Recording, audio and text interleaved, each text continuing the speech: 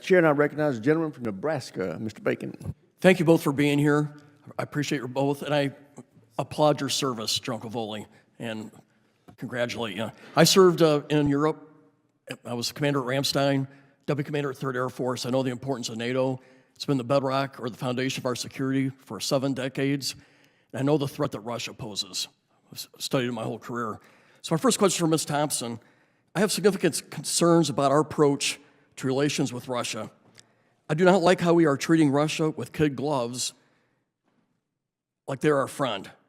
And often we use very harsh words towards our allies in Europe and Ukraine in particular. Does this administration see Russia as a potential partner in things such as resolving tensions in the Middle East? I'm just trying to get to motives. Congressman, what I would say is as the interim national defense strategy guidance points out, Russia, Iran, North Korea, China still pose great threats, and we live in an extremely dangerous security environment. And so I would acknowledge that up front, just to get to the crux of your question. What I would say is the goal for President Trump in peace negotiations is obviously to bring both sides to the table, and to do that, we have to make sure that both scales are balanced to get both parties in a room and talking.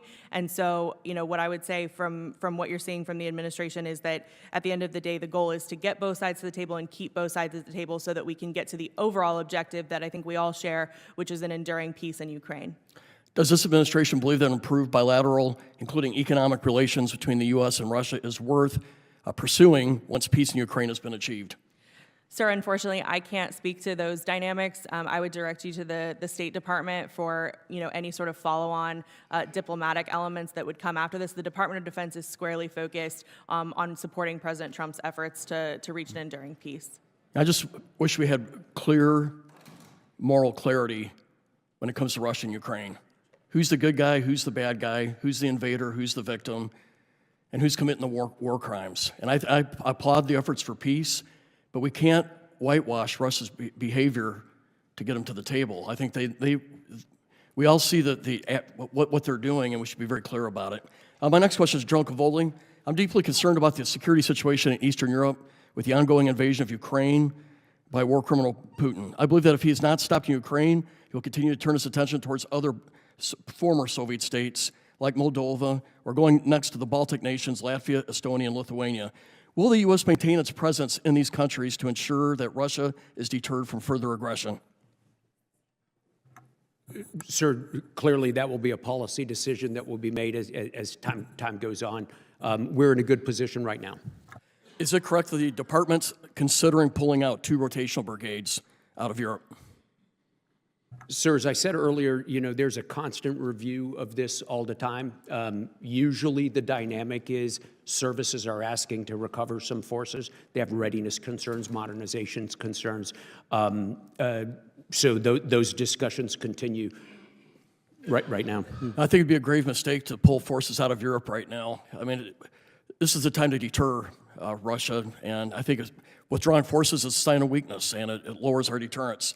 One more follow-up question with you, Joe Cavoli. While I agree with the administration that focusing on China as our top threat is essential, I worry that we must not take our eye off of Russia and Europe. I believe adamantly that Putin will take any sign of U.S. weakness in Europe as a chance to continue his campaign of aggression in the former Soviet territories. What is the overall U.S. military posture in Europe going forward? The overall posture for the U.S. military will be to accomplish the objectives that we talked about a few minutes ago in my opening statement and in some of my responses to questions are, first and foremost, to defend the United States of America forward.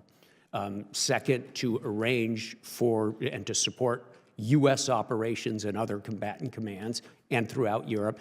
And then, of course, to fight and deter as part of NATO, to deter Russia. So we participate in NATO's deterrent strategy. We're a vital part of that. I expect that to continue going forward. Could you, in my last remaining seconds, just talk about the importance of the Baltic states? I'm the Baltic Security Caucus chairman, and they're right on the front lines.